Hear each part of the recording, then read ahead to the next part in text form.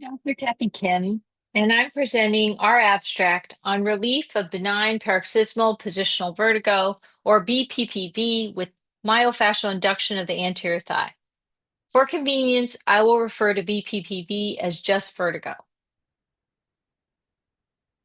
To review the cases, they all failed otolith maneuvers. They were all referred for specialty treatment.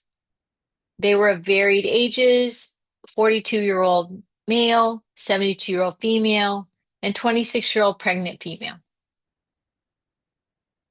All three had immediate symptom relief with the same myofascial treatment of the thigh. Of course, the obvious question is, how could the thigh possibly be related to vertigo? To answer this, we have to consider two things. What could be special about the thigh fascia, and maybe otoliths are not the mechanism for vertigo? To investigate the thigh, let's go to the anatomy. Here's the retinacula cutis, the perpendicular fibers that connect the skin to the superficial and deep fascia. When the fibers are short and thick, they behave like Velcro, anchoring the layers to move as one entity, as forces are easily transmitted from the skin to the deep fascial layer and vice versa. When the fibers are long and elastic, they allow for independent movement of all the layers. Out of the whole body, the thigh has the highest average of these fibers. This diagram shows the main lines where the superficial and deep fascial layers are fused together, like the seams on a wetsuit. When we look at this diagram while considering the high RC count in the thigh, we could imagine these midlines as high impact intervention points for the superficial and deep fascia. This is our article published last year, in which we did just that. We targeted the thigh with high-velocity myofascial induction in two different patients.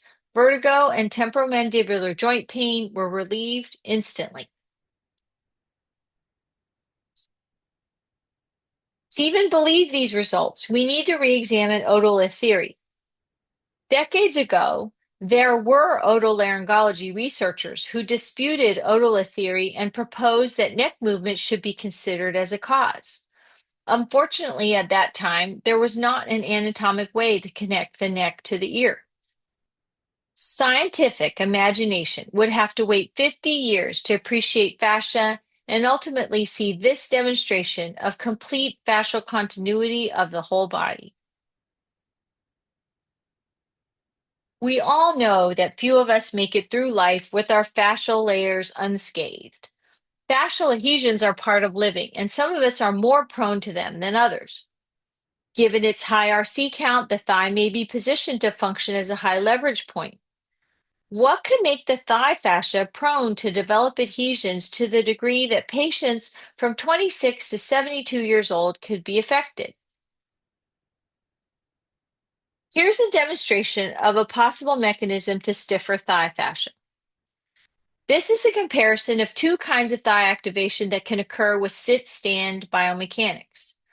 The physiotape represents the layers of skin and fascia with the quadriceps in blue. The first part of the video demonstrates the limited quad activation when using the forefoot, followed by more robust activation with use of the heel. Can you imagine the difference in the length and quality of the RC between the two examples?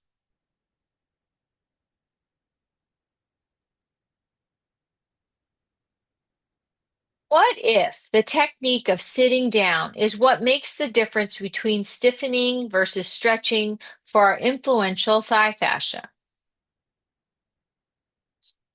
As a way to understand sitting biomechanics, here's a comparison of the impact between two methods of squatting: the modern world way on the left using the forefoot, and the traditional or third world way on the right.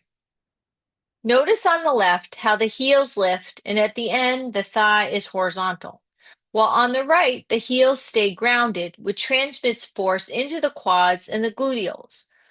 The anterior thigh finishes in an oblique position, and most of the leg muscles are more elongated. These photos illustrate how our fascia adapts to our lifestyles and how it has the plasticity to regain elasticity if we move differently. All the way over here on the right is my 91-year-old mother squatting and working, obviously a lifelong practice. While over here on the left is my squat as someone born and raised in America. My transition to this heel squat in the middle took a fair amount of work to release the countless fascial adhesions from head to toe, but also to incorporate different biomechanics to promote fascial remodeling. Now we're ready to have the demonstration.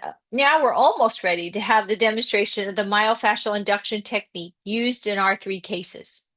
To review, this maneuver assumes mechanical coupling of the fascial layers and targets the central line of the thigh as a high impact intervention area for the superficial and deep fascia. It utilizes the thigh muscular activation with the heel to promote multi-directional stretch.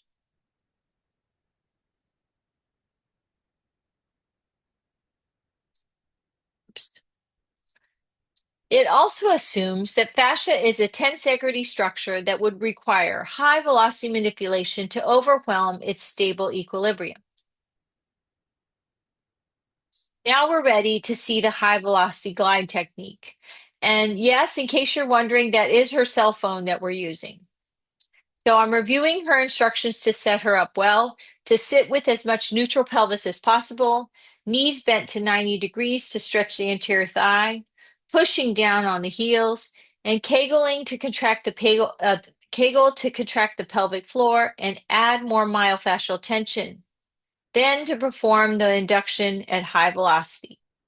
To summarize, now thanks to fascia, we can conceive of mechanisms, whether mechanical, electrical, or neurological, linking the neck to vertigo as initially proposed over 50 years ago, and even to the point of considering the distant thigh as playing a role.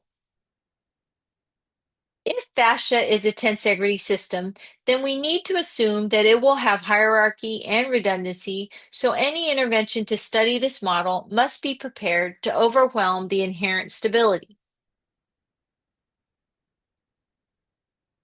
This case series reproduces the outcome from our original case report, which suggests that high velocity may be a key component of analyzing fascia as a tensegrity structure, and that an alternative fascia-based mechanism to otolith theory may exist. This, of course, opens the door to many mechanistic questions. Is our superficial fascia mechanically coupled to the deepest fascial layers and thus putting traction on our central nervous system? Or is our autonomic nervous system directly innervating our superficial fascia? If the superficial fascia of the thigh can impact vertigo, then could it also be a mechanism for many other conditions?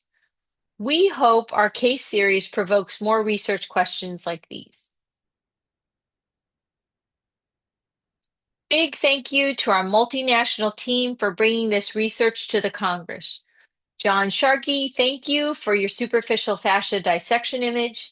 Luis Carlos Slutsky, who provided all three cases from his physiotherapy practice, and Grail Diaz, our fascial enthusiast who guided us through the process.